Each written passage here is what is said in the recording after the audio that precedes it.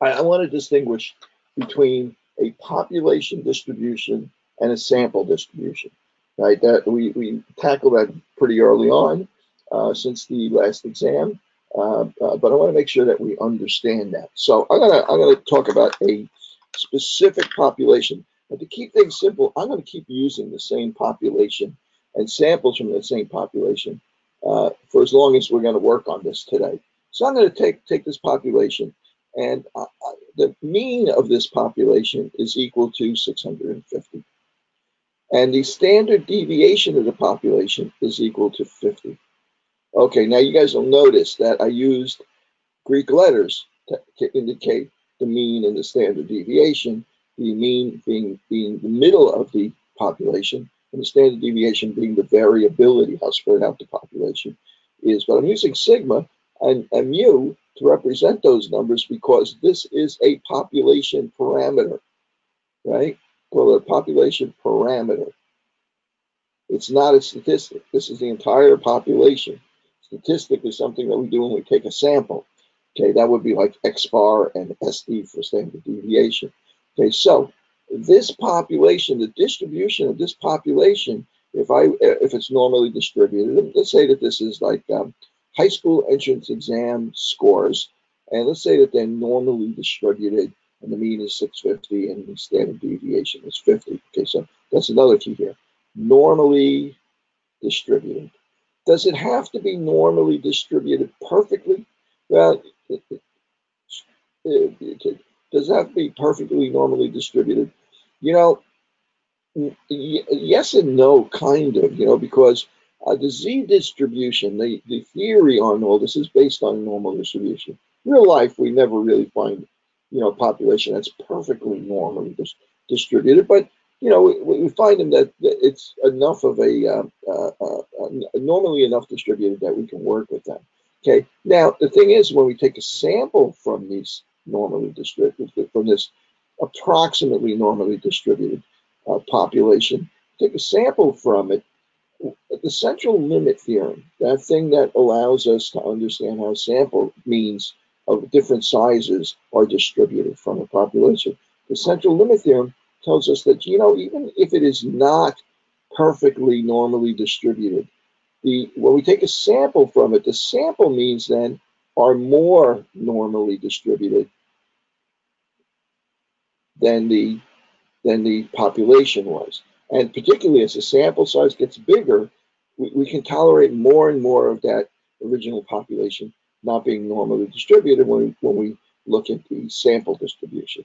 Now, this is a kind of an interesting distinction. I wouldn't spend too much time on this, but I just want to introduce this that way. So I want to distinguish between what is a population distribution and what is a sample distribution. That's really what I'm interested in right now. Okay, so population distribution, this distribution, this normally distributed distribution, represents the distribution of the actual people in this population.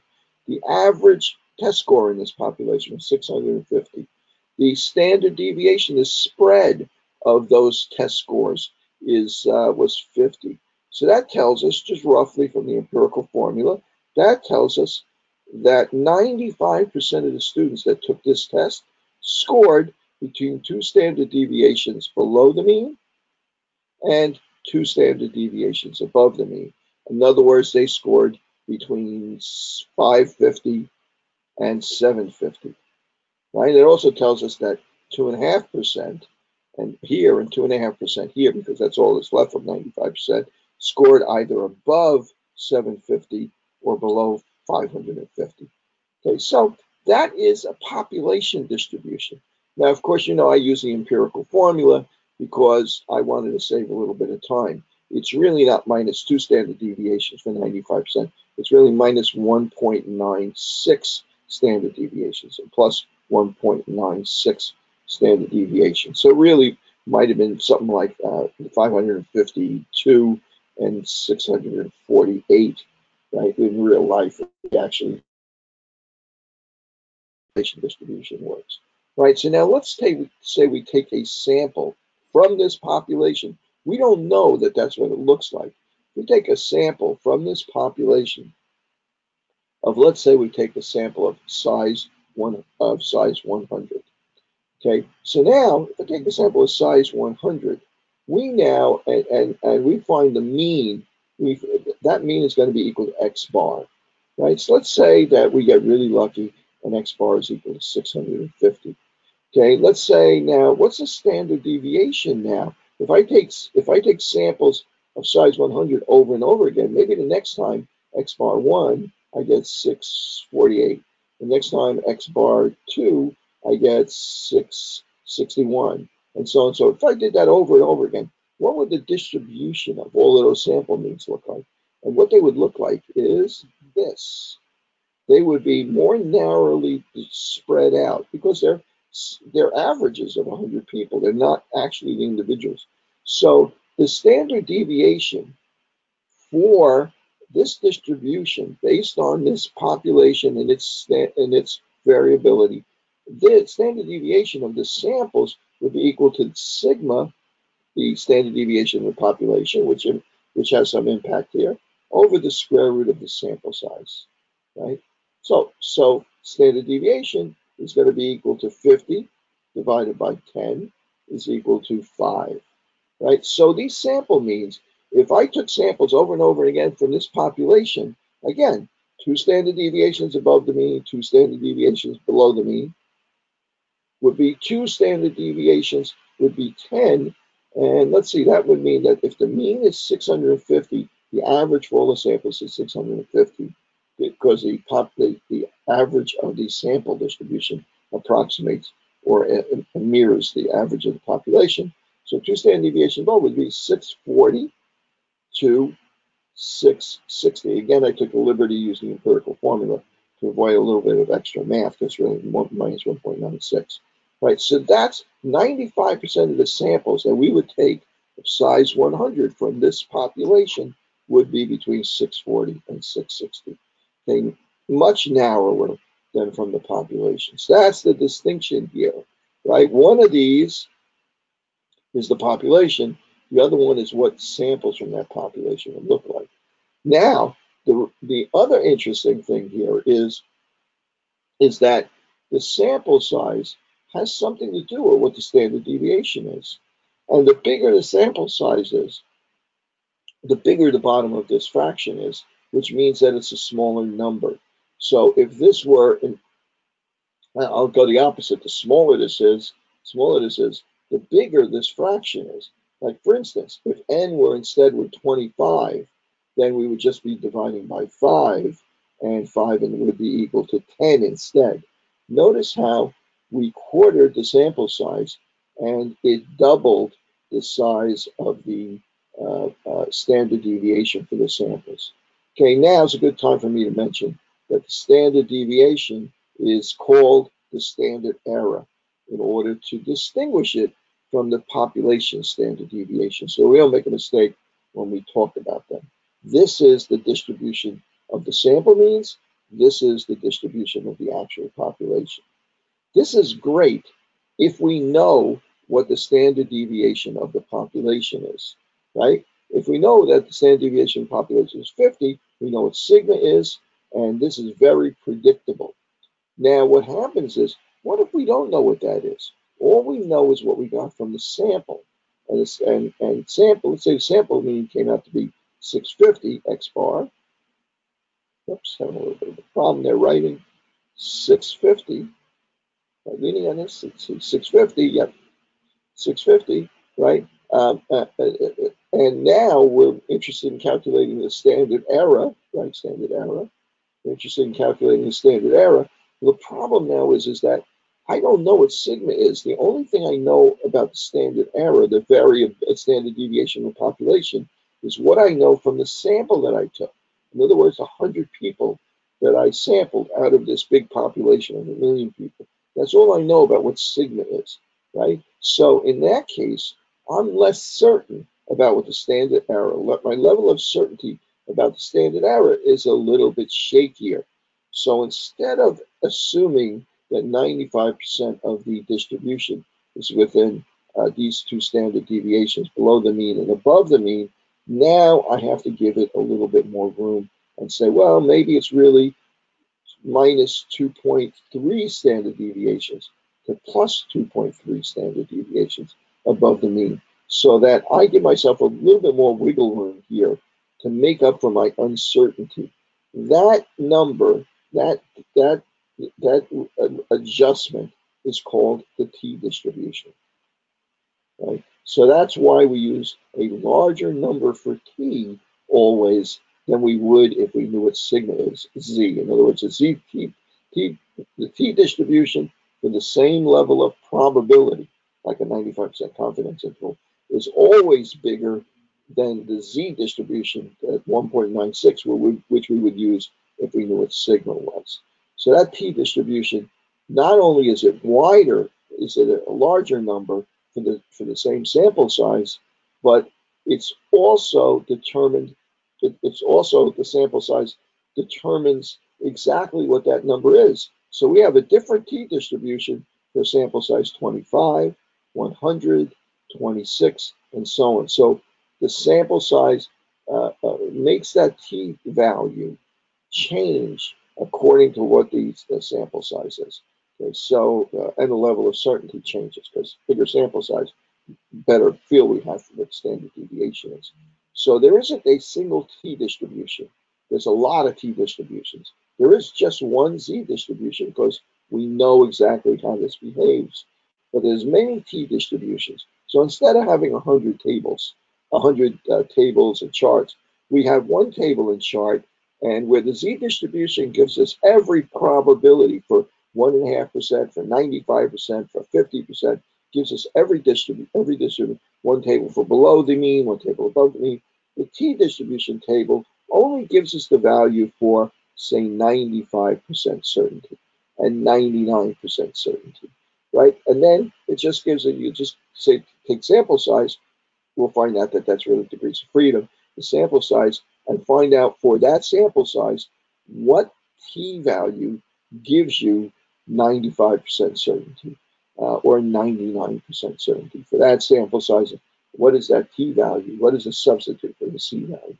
Okay, so let's quick run through that. Now I want to actually go into do some problems. Okay, any questions on that so far? That's probably, going to be I think the most confusing thing I'm going to talk about this morning, because it's theoretical, right? It's not really, it's not a real example. It's kind of like looking at it overall. So I know it could be a little bit more challenging than the actual problems themselves. So I'm going to take that same situation, and I'm going to ask you, for instance, let's say I have a population, a mean equal to 650. Oops. 650 and a standard deviation equal to 50. I'm going to stick with that. I'm going to ask you, what is the probability that a single person, that I would pick a person whose test score was less than 600? Right? What's the probability of that occurring? Well, since we know the population standard deviation mean, we would use the z distribution here, right? So what's the probability that would occur? Well, if I draw that, mean is 650. Standard deviation is 50. Let's see, 650, and I'm looking for 600, right? So the value, the probability that that person that I randomly select is under 600 is going to be in this area here. It's going to be represented by the area here, right? So what is that area? Well, the way I can figure that out is figure out what the z-score is for 600. So the z-score is equal to the value I'm interested in, x, minus mu over sigma. So that z-score is equal to 600 minus 650 over sigma was 50. So that z-score is equal to -1. That's minus because it's below the mean, and I put the x first, right? So what is that value now? Well, that value, the way I can figure out that value is, since I'm working with the population, is I can go to the z-table. I'll pick up the z-table here.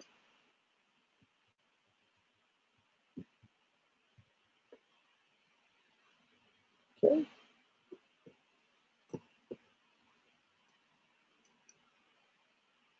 Now I'm going to look up a z-score of -1.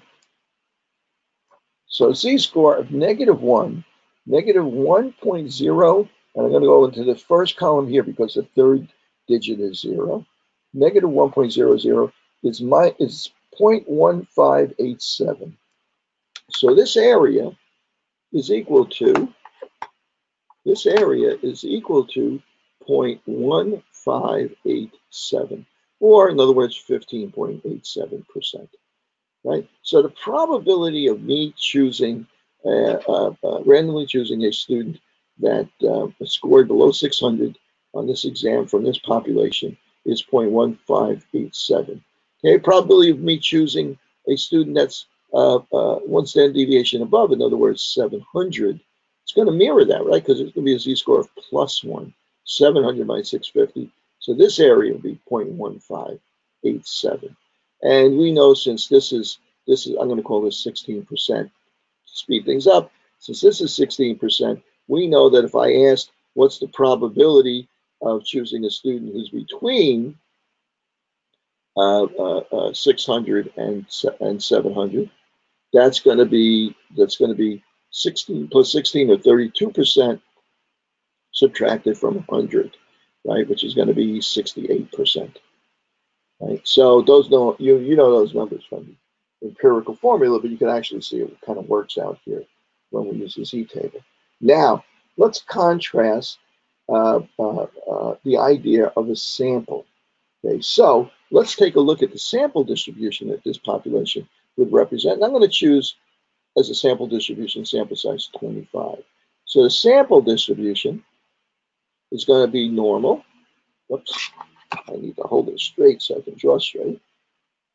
Okay, that's going to be 650, right? Except this time, the standard error, the distribution of the sample means, is going to be equal to sigma, which is 50, over the square root of the sample size, which is 25. So it's going to be 50 divided by 5 is going to be equal to 10.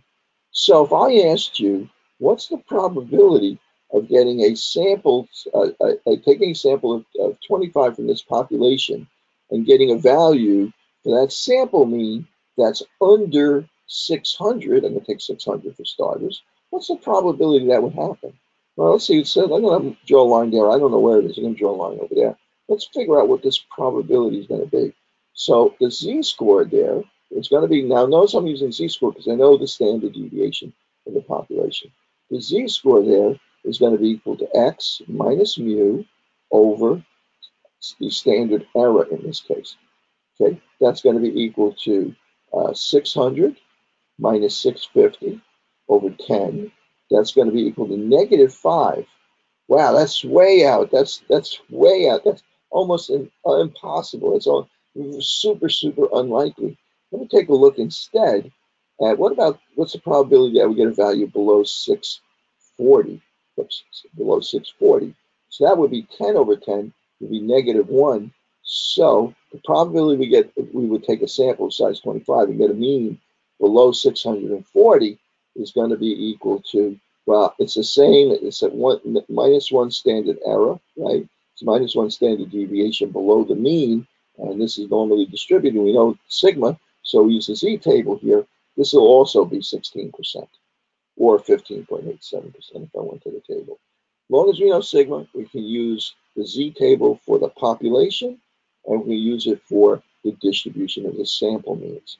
Keep in mind, however, that the distribution of the sample means is going to be much narrower than the distribution of the population means. So when you read the problem, say to yourself, am I looking at a population or am I looking at a sample, right? And among other things, just the fact if I told you mu, right, versus x bar, you would know immediately that I'm talking about a sample here and a population here. As a kind of a dead giveaway on this. Okay, so let's take this and now let's move on to how we calculate. In real life, we're never going to know any of this stuff about the population. We just don't know what the population is. That's why we take samples. That's why we have statistics so that we don't have to measure the entire population every time we have to make a guess about something. So I'm going to open up another sheet. Let's take a look at a confidence interval. Okay, so let's see. Okay, let me see here. Okay, so I'm going to take an example where I take a sample and I get X bar is equal to 650. Now I don't know that that's the real mean. I have no idea what the real mean is. I'm just going to use 650 just to say consistent. X bar is equal to 650, now I am, for this first example, I'm going to make believe that I know that sigma is equal to 50. The population, I don't know what mu is, but I do know that sigma is equal to 50. That almost never happens. However, it's conceivable that maybe a previous study was very large and to get another population you knew a lot about, and you could say, I'm going to assume that I know sigma or something like that. So that happens occasionally. Most of the time, you really don't know what sigma is. But I'm going to say I know it this time. So I take X bar, my mean is 650 from a sample of size 25. Okay. What I'm really interested in is what is mu, right? What is that? What is the mean of the population?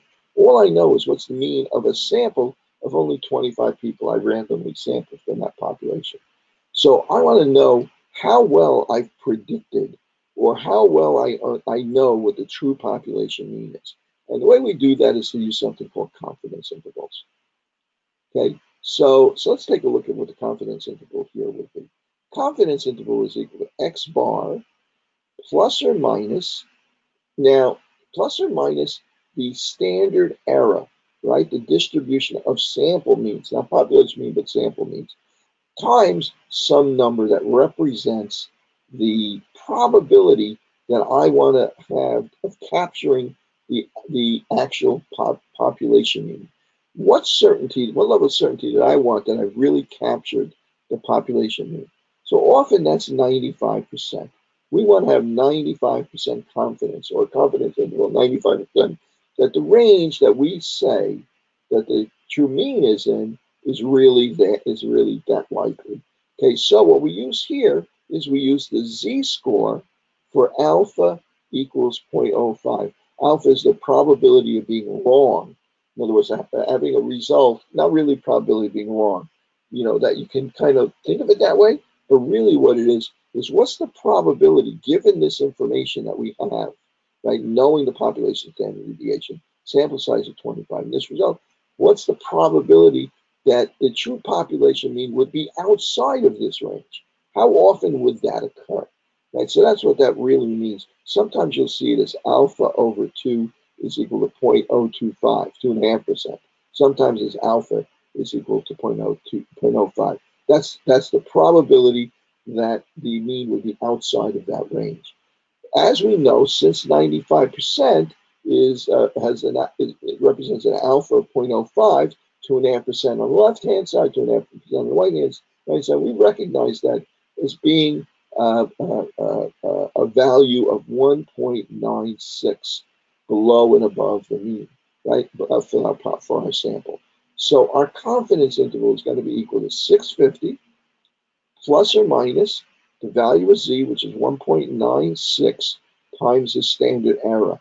What's the standard error here? Well, the standard error we know is sigma over the square root of n. That's really the standard error. And that's equal to 50 over 5 is equal to 10. We know that for a fact, right? So that standard error is equal to 10. So I can say it's 1.96 times 10. Or in other words, 650 plus or minus 19.6. And in other words, that would be 629.4 to 669.6, right? So what does that mean, that confidence interval? That confidence interval tells us that we're 95% certain that the true population mean, which we don't know, is between those two numbers. That's what it tells us. It doesn't tell us that it's in there for sure. and so on and so forth. So it does, yes, that's the z-score, yes, 1.96. So 95% certainty.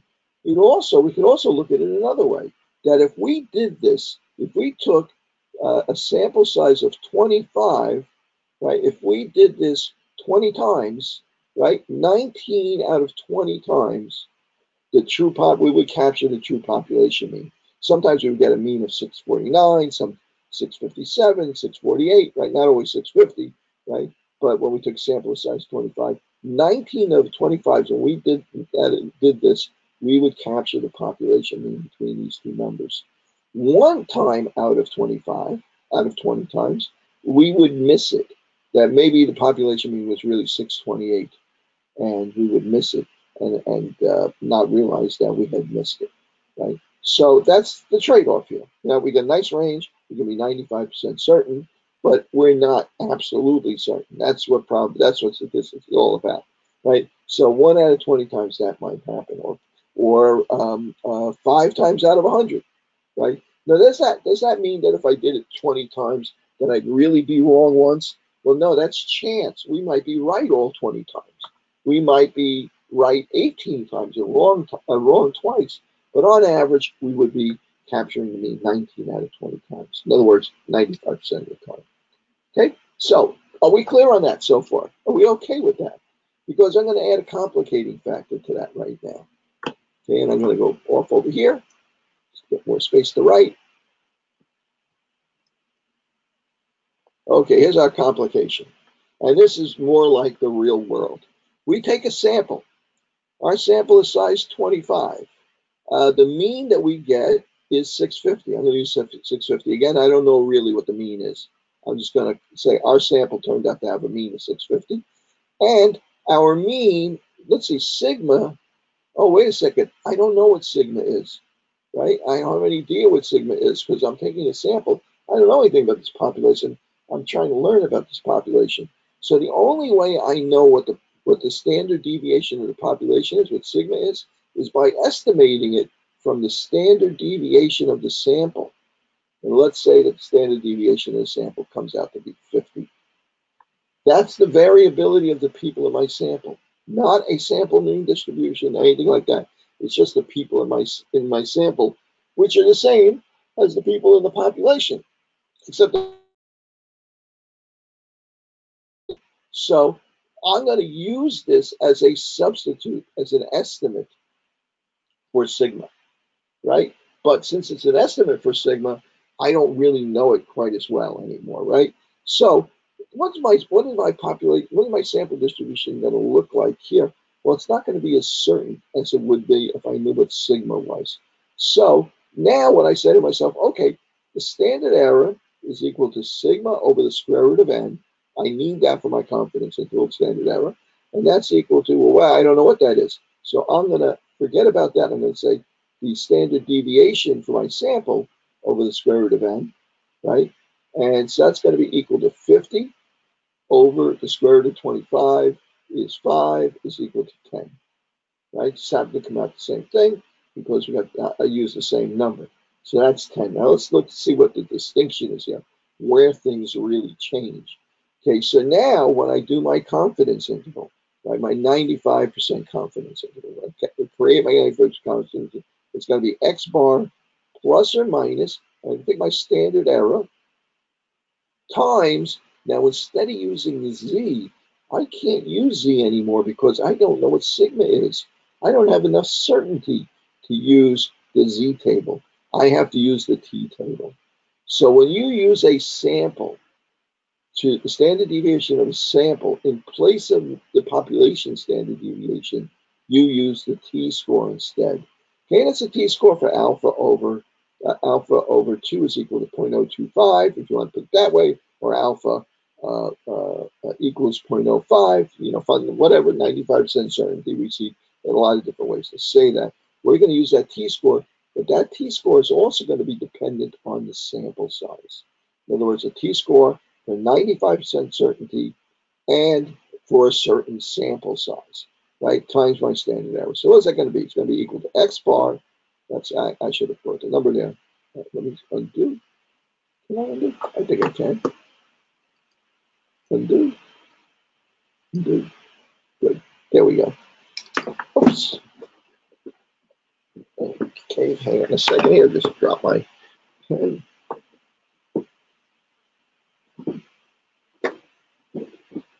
Okay. So X bar is equal to 650. That's our sample mean. Plus or minus the t value I'm going to need times the standard error. Well, standard error is 10. I know that. I calculated that already. But what is the t value that I need?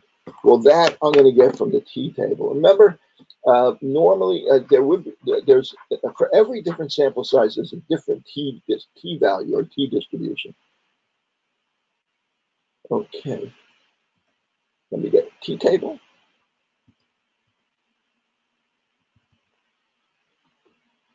Okay, let's see where it is here. There we go. Okay, this is what our t table looks like. Okay, t-table has degrees of freedom. That's analogous to the sample size. It's actually degrees of freedom is the sample size minus 1. So for us, that would be 24. Sample size 25 would be 24 degrees of freedom. And each one of these columns represents the t-value for a certain probability, for a certain certainty. Most of the time, we're working at 95%, right? But we could be working at 90% or 99%, for instance. Okay, so 95% is going to be this column right here. See T, right tail probability 0.025, that's half of it. Okay, it's going to be equal to 2.064. Notice that the T distribution is gives us a number for 95% certainty that's greater than what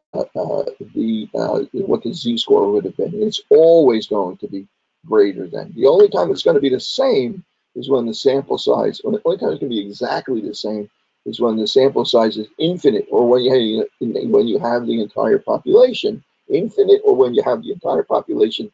And if you have the entire population, you know what sigma is, so you would be able to just use the z-table. So that's it gets closer and closer and closer. It doesn't reach it until 1.96 until you get to the entire population. Now, when you use a sample, you should always use the t-table theoretically. A lot of times people will say, you know, if I got a really big sample, like sample size of 100, it's really 1.984. Sample size of 200 is I'm going to guess 1.973. Whatever it happens to be, but it's getting so close to 1.96. For my purposes, maybe it's close enough, and I might just use 1.96. But if you want to be completely proper, you really should use the t-score anytime you're working with a sample. If you have the latitude, if you're doing an estimate, it's the first time through the data, maybe you don't want to bother for a large sample looking it up. You could maybe just use 1.96 for an estimate. Right? Now, the software, such as SPSS, always uses a t-score. Even if the sample size was 53,522 and it turned out to be 1.960001, it'll still use that instead of using 1.96 even. Right? That's just the way it's designed. Okay, so let's go back here. And it was 2.064. So I'm going to write in here 2.064. 2.064. Now keep in mind the t, that's the z distribution, right? 0, -1, -2, negative +1, +2. That's the z distribution, the standard normal distribution where mu is equal to 0 and sigma is equal to 1, right? That's what that table is designed on. The t distribution is actually going to be centered around 0 also, but it's always going to be a little bit wider, flatter than the z. It's going to be a certain amount flat for a small sample, for a large sample, and then for a smaller sample, it's going to be even flatter, even more spread out than that, right? So that gives you a look at why when we look at 95% confidence interval, as the sample gets smaller, we're getting further and further away from 1.96 standard deviations. But okay, that's good. So let's see, 650 plus or minus 10 times 2.065 is going to be 20.64. So this is going to be, let's see, 620, 620 point, no, 619, what am I saying? 629.36 and comma 670.64, right? I don't know if you remember, but this is actually a wider interval than when I use the z-score. Right? Makes sense because we're less certain. It has to be a wider interval because in order to be 95% certain, we have to have a wider interval so that we're still sure, even though we have less certainty about the population, we're still 95% certain that the true population mean is between these two values, right? Or we have a 95% chance of capturing it between these two values. So as the sample gets larger, as the sample gets larger, the t-value gets smaller. This gets narrower, but never as narrow as 1.96 when we know the signal. Okay, and as the sample size gets smaller, the t number gets larger, and this interval gets wider because we're multiplying it. Right, so that's how we deal with this situation, not knowing the population standard deviation. Okay, so what I want to talk about next. How are you guys on that so far? Can we round off the t-value? Oh, that's a good one. I don't, I would say, you're going to have calculators, right? Presumably. So there really isn't a good reason for rounding off in the middle of a calculation, right? A t-value, you're going to multiply. So let's say you're off by 1% on the t-value, right? Instead of 1.9, you put, this exaggerates it a little bit. Instead of 2.1, you put 2.2, right? Maybe it was 2.5, 2.05 something, you put 2.1 instead of 2.0. You're up by a tenth, let's say. When you multiplied it by the standard error, now if the standard error is 20, now that error is 20 times what it was before. So try not to round until you're completely done, until the very end, okay, as much as possible. You can keep it within reason. You don't have to be copying and typing in like 9 digits or anything like that, but keep it within reason as you round up until that point. And then at the very end, you might consider rounding. On an exam, why bother? Why not just put in the number you got, right? Because you can't be wrong that way, right? But if you insist on rounding, then look at the kind of information you have, the digits stuff. So, for instance, for a confidence interval like this, I kind of made it go away. I might have kept it to a hundredths, right? I might have, in that case, wouldn't have been too much trouble to say whatever it was, 539.26. Might have just kept it that way. I mean, really, if from an engineering perspective, if you're looking at it from the perspective of significant digits, maybe you couldn't justify saying that I really know it to 5 digits because one of the calculations you based it on was a number you only knew to 3 digits, right? So you really can't say more than 3 digits, right? But I would avoid rounding off. And if you do round off, be conservative. Give us an extra digit. Whatever you think that we want, give us an extra digit. Okay. So, but you can round off if you want, but don't get nuts. Okay, the t-table in the back of the book already rounds it off. So I would, oh yeah, use the t-table in the back of the book. I don't have it handy right now, but yeah, I guess I could look it up. But yeah, yeah, I have to take a look at that. But yeah, use whatever in other words, use whatever the t-table in the back of the book. That's adequate for this. I guess the aggressive table gives you an extra digit or something. I'm kind of surprised at that. Okay, so now this is pretty interesting for this. Keep in mind sample size has everything to do with this, right? So now let's look at this for a proportion. So let me change directions just a little bit here. And I'll give you an example that might involve a proportion. Let's say that you sample a population, right? You take a sample size of 1,000 children between 6 and 15 females in this geographic in the Northeast, attending public school right? Whatever your population happens to be, you want to know what percentage of these children are diabetic or let's say pre-diabetic, right? Okay. What percentage of them are pre-diabetic? Whatever diagnostic test you would use for that. Yeah, well, by interpret the confidence interval, just what I said before. Remember what I said to you before that the 95% confidence interval, that is the likelihood that you would capture the true population mean within that range.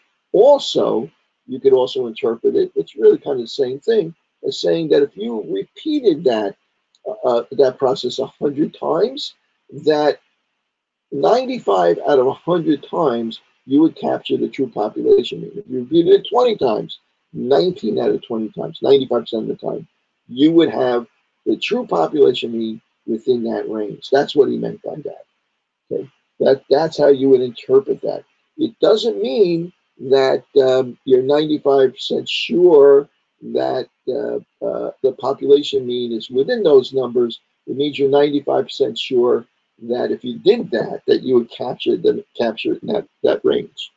Right? It's a little bit of a fine distinction, but it's really what the probability that the true population mean is within that range if you repeated that sample. Okay, and it's definitely not where 95% of for in this case 95. You would never say 95% of the test scores were within the range of that lower number to that upper number because that's a population, right? That would be the population. That would be 550 to 750. This is the probability. This is strictly based on the samples themselves. Okay, I'll do another example of that, and I'll bring this up again tomorrow night just to reinforce it.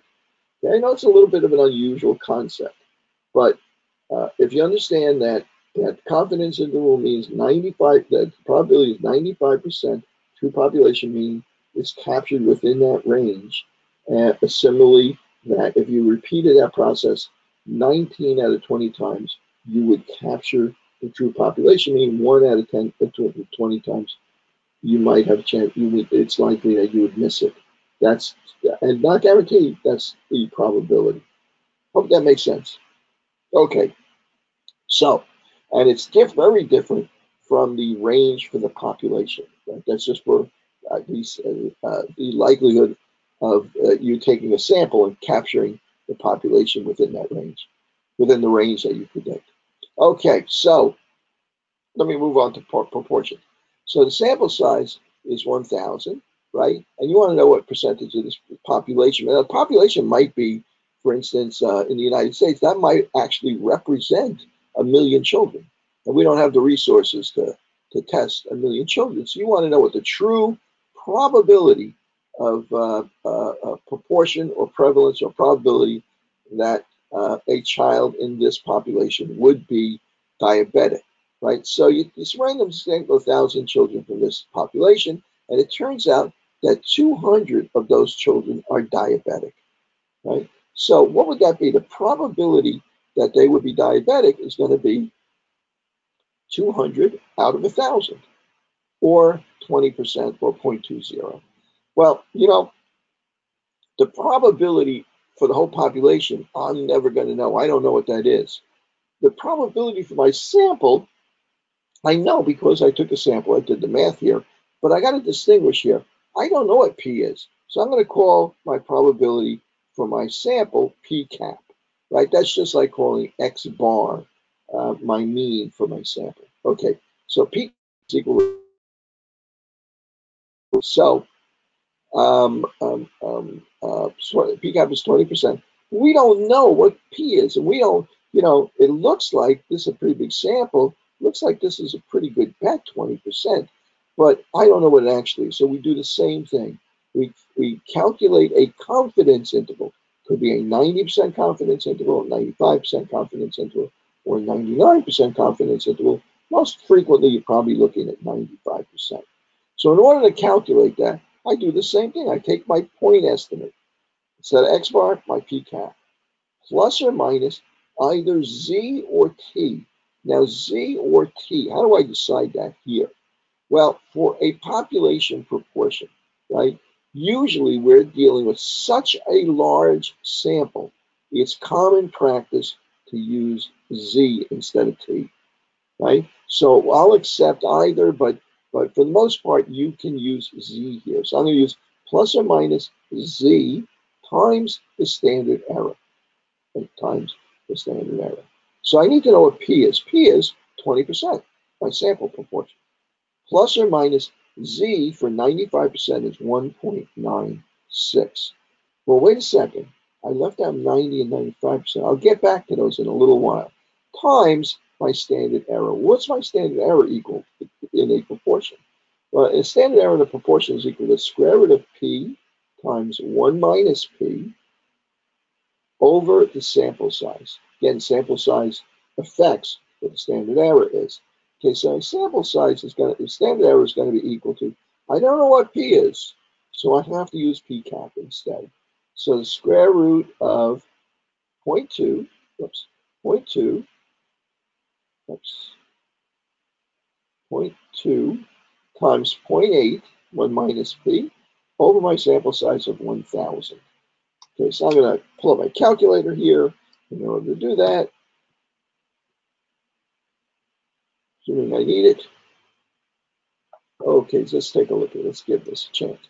0.2 times 0.8 is equal to 0.16. Divide that by 1,000. That's equal to 0.00016. And then take the square root of that. And that's equal to 0.01264, and so on and so forth. I'm going to call this 0.0126. Okay, and I'm rounding up from there, but I'm keeping 4 significant digits here, 0.126, right? So 0.0126.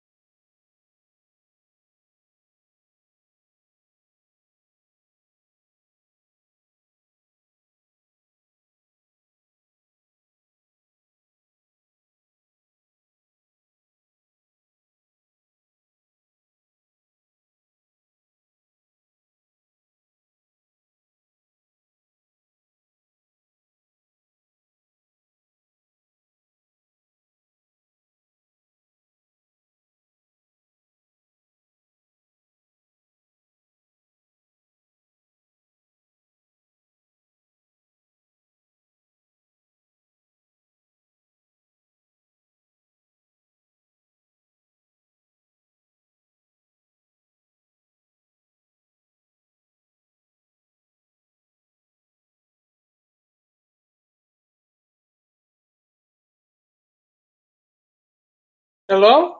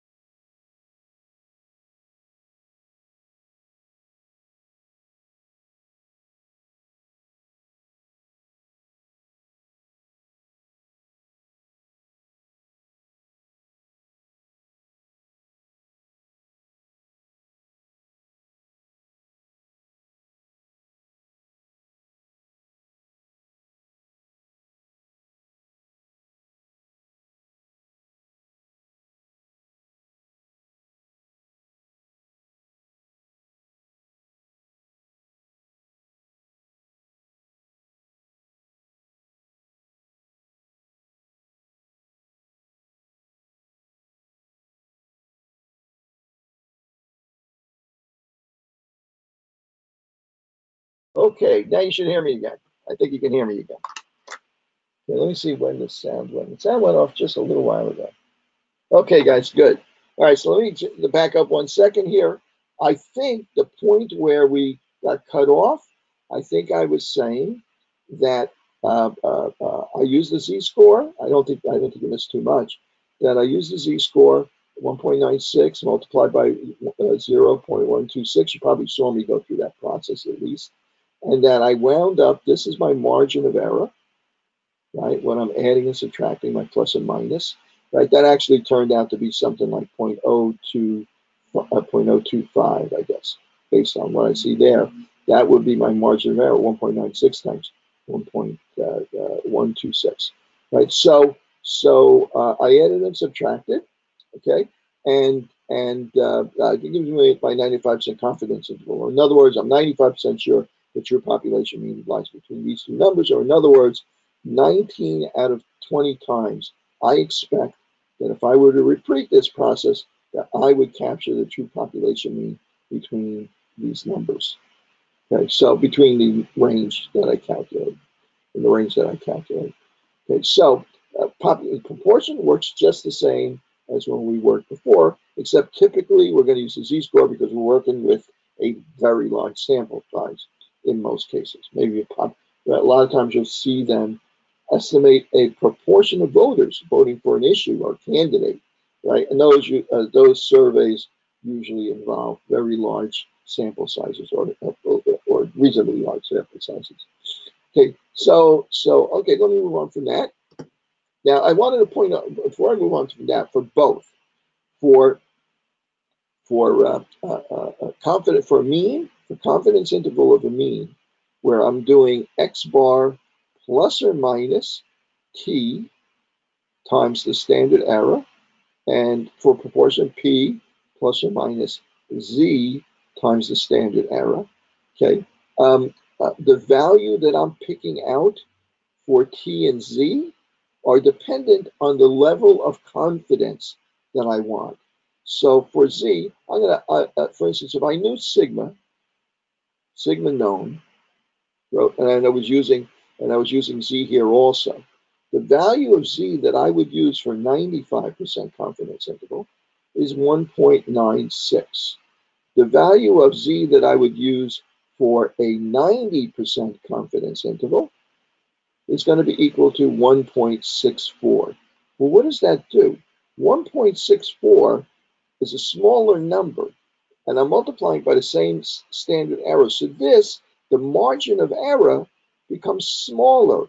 So the range, I'm adding and subtracting a smaller number. So my confidence interval becomes, if this is my confidence interval for 95%, my confidence interval for 90% confidence is narrower. What about 99%? Confidence interval. Well, that's 2.58. You can get this from, you can actually look up 0.5% on either end. On the table, it's 2.58. That's a bigger number, so I'm subtracting and adding. My margin of error now is a bigger number, so I'm adding and subtracting a larger number from X, so my confidence interval becomes wider, which makes sense because if I want to be more confident that I capture the true mean, right? If I take samples, sample. If I want to be more confident that I capture the true mean, I need my range, my range to be wider, right? If I'm willing to be less confident than 95%, if I'm willing to be less confident than 95%, I can be a narrower range and be content that 2 out of every 20 times that I'll miss the capturing the mean. So that's the logic behind that. Okay, so I think that this is a good logical spot to uh, uh, uh, break off. And I'm going to pick this up again tomorrow night. And work on assignment 4. Right? I know the data set was kind of hidden there for a little while, but I put it back up. Work on assignment 4 because that's got a few problems in it, and go over the PowerPoints. For some of this, some of the theory on this and stuff like that. Some of the things that might wind up in in short answer questions. So the exam's probably going to be very similar to exam 1. It's probably going to be I don't know, 5 or 10 multiple choice or multiple guess or choose false and short answer.